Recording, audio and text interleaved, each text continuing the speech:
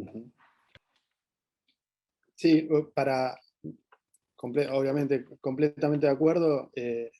Lo que está pasando en Argentina, a nivel mundial cada vez más se plantea la liberación de las patentes porque se ve la completa irracionalidad de mantener un sistema de patentes que lo único que hace es garantizar ganancias mientras sigue muriendo miles y millones de personas. En el caso de Argentina, lo que vemos es que en vez de apostar a la producción pública de medicamentos en los laboratorios que ya podrían envasar la vacuna que ya se produce en Argentina, ¿sí?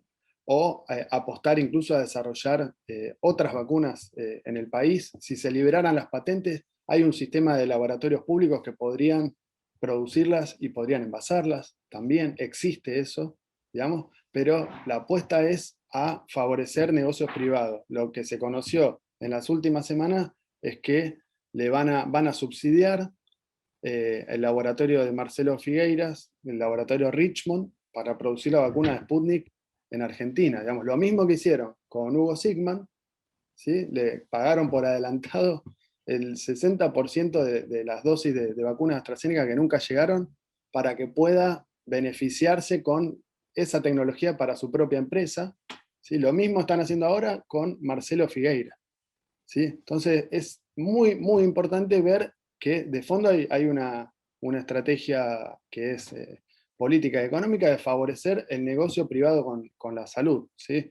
Entonces, por eso las medidas que planteaba Natalia son claves. ¿Sí? Y es necesario dar una pelea desde docentes, desde otros sectores de trabajadores, para imponer una salida que no sea en beneficio de estos sectores empresarios, sino según las necesidades de salud que tenemos docentes. Yo también soy docente de la Universidad de Buenos Aires, los docentes y todo el conjunto de los trabajadores, ¿sí? Que son estas medidas que planteaba Natalia. Muy ¿Sí? Y lo bien, que estamos viendo va en sentido contrario. Sí. muy bien, ¿no? Lo que decías de el registro de todo lo que ha quedado de sobreviviente de la industria nacional en cuanto a un carácter del Estado, más que de grupos nacionales económicos, existe en la Argentina, como también existe Sí. para el conjunto de la economía si el Estado lo tuviera. Hay un estudio del IDEP, que es el Instituto de ATE, Instituto de Estudios sobre el Estado, que dirige Daniel Godoy, el hermano de Cachorro de Godoy, el conocido dirigente de ATE, que bueno, tempranamente nos hicieron llegar estas instituciones de laboratorios, que a propósito de la localidad de Garín, ahí se produce una enorme cantidad. Yo más que nada me parecía, creo que la imagen más dantesca que tenemos es la India, ¿no? Que ayer me decían, bueno, queman cadáveres porque es una costumbre de la India, pero por otro lado es cierto que hay un efecto de devastación sanitaria donde la Argentina no puede llegar como no tiene que llegar ningún país, como sufrió el año pasado, nuestros hermanos bolivianos, ecuatorianos, que enterraban a sus familiares en los patios de sus casas, o las imágenes de la tierra terracota brasileña, donde se mostraban desde la parte aérea, donde ya no cabía más gente para enterrar. Entonces, la Argentina no puede llegar a eso. Y es muy importante que nosotros tengamos un mensaje hacia los delegados, Roberto, por eso te invito, para fortalecerlos en el llamado democrático de los trabajadores y de los docentes, para apropiarnos de lo que significa la política económica del país, sobre todo por una concepción de salud. Estos elementos los profesores los pueden llegar a manejar mucho como especialistas y las maestras con su creatividad. Y nos debemos una gran tarea con la comunidad. Robertito. Sí, para Natalia, para que desarrolle un poco desde su tema, digamos, la distinta lucha que se viene dando con el tema, ¿por qué las escuelas cerradas y por qué la exigencia que se le hace al Estado de la vacunación masiva? Nati. Bueno, entre todos, digamos, en las escuelas fue un debate difícil, ¿no? Porque nosotros somos los primeros interesados en la educación de las niñas, los niños, de los adolescentes, y sabemos que la presencialidad es una condición afectiva, social, clave, digamos, para el aprendizaje, para el proceso de aprendizaje, la presencialidad, el contacto, digamos, físico y el contacto emocional con los estudiantes es central para desarrollar el conocimiento. Por eso, desde el primer momento estamos preocupados por la educación. Entonces fue un debate difícil, después de un año de virtualidad donde vimos miles de estudiantes que quedaron descolgados, excluidos de la educación. Se habla en la provincia de Buenos Aires de que alrededor de 300 o 500.000 estudiantes quedaron fuera de la educación por no tener un dispositivo, por no tener conectividad, o en muchos casos porque sus padres quedaron sin trabajo y tuvieron que salir a trabajar. Entonces, esa realidad que nosotros la conocemos a fondo cada una de nuestras escuelas, fue un debate muy difícil para nosotros tener que plantear que las escuelas se tenían que cerrar al calor de esta segunda ola que se empezaba a desarrollar y que la vimos. Ustedes saben, compañeros, que en el sindicato registramos entre el 1 de marzo, que comenzó el nivel primario, hasta el 30 de marzo, registramos alrededor de 1,4 casos detectados en cada una de las escuelas de nuestro distrito. Hicimos un registro en el sindicato. Por supuesto está ese debate si se contagian en la escuela o no se contagian, no importa, el virus circula en las escuelas y circula en la sociedad cuando las familias tienen que salir a llevar a sus hijos a las escuelas. Entonces fue un debate difícil para nosotros porque priorizamos la educación, pero priorizamos la vida y la salud nuestra y de las familias de los alumnos. Entonces ahí dijimos, bueno, acá hay que cortar con esto y hay que parar la presencialidad, pero el Estado tiene que garantizar la virtualidad. Es decir, el derecho a la educación es un derecho que tiene que garantizar el Estado, y que en Argentina hemos peleado años y décadas en defensa de la educación pública. Entonces, garantizar hoy el derecho a la educación significa, en primer lugar, que el Estado tiene que garantizar la liberación de datos, y para eso tiene que enfrentarse a grandes empresas monopólicas que hoy quieren seguir lucrando con las telecomunicaciones, con la Internet. Vimos estos días cómo están amenazando con nuevos aumentos. Entonces, en primer lugar, liberar los datos, ¿sí?, para toda la población. En segundo lugar, entrega de dispositivos gratuitos para estudiantes y docentes, porque nosotros tampoco tenemos dispositivos para trabajar. En tercer lugar, garantizar un ingreso a las familias sin ingresos. Nosotros estamos en un distrito donde tenemos más del 60% de la población pobre, es decir, nuestros alumnos no tienen para comer, no tienen para vestirse. Entonces, ¿cómo va a estar garantizado el derecho a la educación si no tienen ni siquiera para alimentarse sanamente frente a la pandemia? Creemos que esos son elementos centrales para garantizar el derecho a la educación y nos involucramos con eso, no le damos la espalda, no decimos cerramos las escuelas y nos quedamos en casa. No, los docentes nos queremos involucrar en esos debates, por eso convocamos asambleas, reuniones de delegados y mantener la organización que conquistamos el año pasado desde las escuelas, que fue muy importante y central para este registro que yo les decía que hicimos, que son los comités de seguridad e higiene por escuela.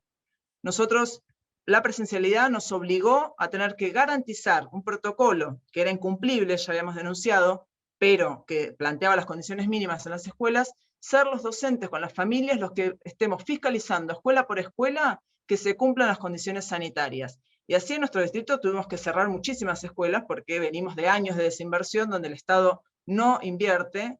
Tenemos escuelas donde no se pueden abrir porque no tienen baños, no tienen auxiliares. Hay 50.000 docentes que quedaron en la calle en diciembre porque el gobierno terminó con los planes Piedras, ATR y Forte ahora, y no volvió a darle trabajo a esos compañeros, mientras hay alumnos que no tienen docentes designados.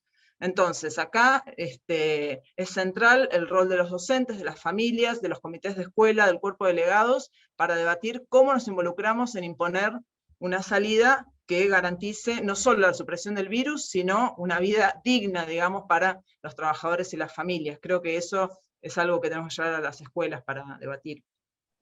Muy bien, gracias Natalia. Juan, para despedirnos. Sí, completamente de acuerdo. Es así, digamos, es clave la autoorganización desde docentes, diferentes sectores de trabajadores. En mi caso soy docente universitario, también estamos discutiendo esto en la universidad donde doy clase yo. Al contrario, se usa la virtualización para precarizarnos aún más sin garantizar las condiciones de acceso de datos o dispositivos para conectarse. Digamos, es clave dar esta pelea. Y después un mensaje, digamos, lo que siga pasando con la pandemia, en gran parte está en nuestras manos también como trabajadores. O sea, tenemos la fuerza y el poder de organizarnos y dar una pelea para que se tomen estas medidas que planteamos, para que se tomen realmente las medidas que necesitamos para terminar con la pandemia, y al mismo tiempo son las medidas por nuestras condiciones de trabajo y de salud y de vida nuestra, de los estudiantes y de sus familias, ¿sí? Ayer se conoció algo muy importante, que es que después de 53 días de una lucha durísima, las y los trabajadores de la salud de Neuquén, con el apoyo de toda la comunidad, de los pueblos originarios y después de asambleas en cada hospital, junto a estudiantes, docentes, consiguieron torcerle el brazo al gobierno de Neuquén, que quería, digamos, en medio de una pandemia y con trabajadores de la salud, hacerles un recorte salarial, dándoles un aumento de 13%, muy por debajo de la inflación, y consiguieron, digamos, torcerle el brazo y que se le dé un aumento del 53% y que seguir discutiendo por sus condiciones de trabajo en plena pandemia. Digo, así hay muchos otros casos y otras luchas que se están dando, digamos, que muestran la posibilidad de poder organizarnos como trabajadores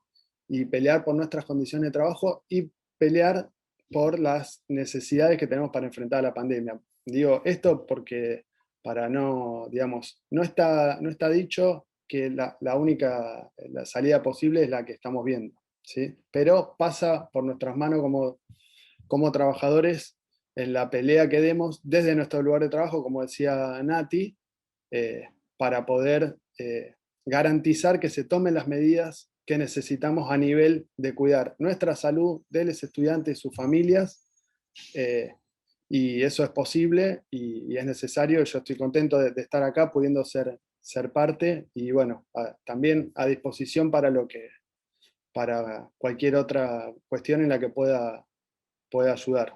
Así que bueno, eso nada más. Bueno, compañeros, les agradecemos mucho a vos, Juan, que la verdad es un placer conocerte, y el compromiso de seguir molestándote y comprometiéndote con nuestro sindicato acá, que compartimos con nuestra compañera socióloga y secretaria de organización Natalia González, diputada, y Roberto Barbosa, nuestro compañero también, que nos da una mano muy grande en la Secretaría de Salud. Miren, como docente he estado dando clases, como todos lo debemos haber hecho, evocando a esos médicos de la Edad Media que en plena transición del régimen antiguo al moderno andaban con esas máscaras de pájaros siniestras en el medio de los cadáveres. La verdad que es una historia muy grande la de la humanidad por combatir las pandemias, sobre todo en base a los errores humanos. Y algo que ustedes están denunciando es que acá hay un error social, un error del sistema, que es el capitalismo mismo. Entonces, por eso se trata de una convocatoria democrática, donde los docentes nos apropiemos de la ciencia para poder llegar a establecer esta necesaria resistencia de los trabajadores y la apropiación de una herramienta fundamental, que es el Estado, para defender la vida. O sea, es un momento histórico de la humanidad el que se está viviendo con la pandemia COVID.